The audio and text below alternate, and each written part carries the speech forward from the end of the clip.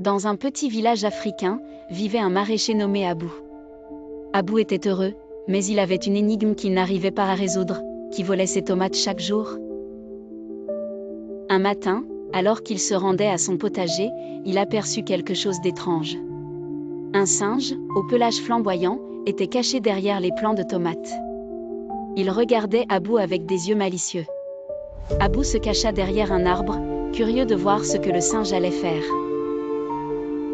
Le singe se mit à cueillir les tomates une par une, en les examinant comme un expert.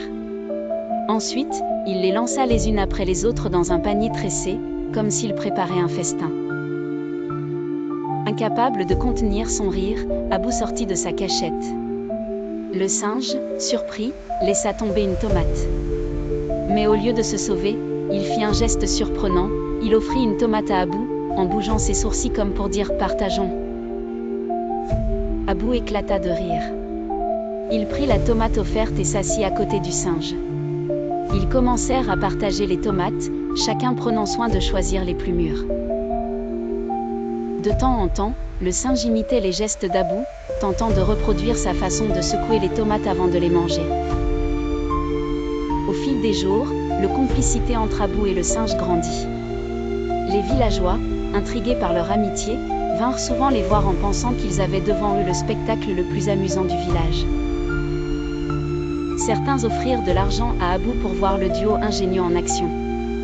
Abou, avec son nouveau complice, gagna plus en une semaine qu'avec ses ventes de tomates. Mais un jour, une chose inédite se produisit. Un deuxième singe, apparemment le partenaire du premier, arriva avec une idée ingénieuse. Il se mit à jongler avec les tomates, les lançant à travers la foule, provoquant des éclats de rire et un enthousiasme inédit. Cette comédie devint une tradition locale, les singes tomates, et chaque année, les villageois et les étrangers se rassemblèrent pour profiter du spectacle. Abou et les singes étaient devenus célèbres, prouvant que parfois, les voleurs peuvent devenir les meilleurs amis, surtout quand ils savent rire ensemble.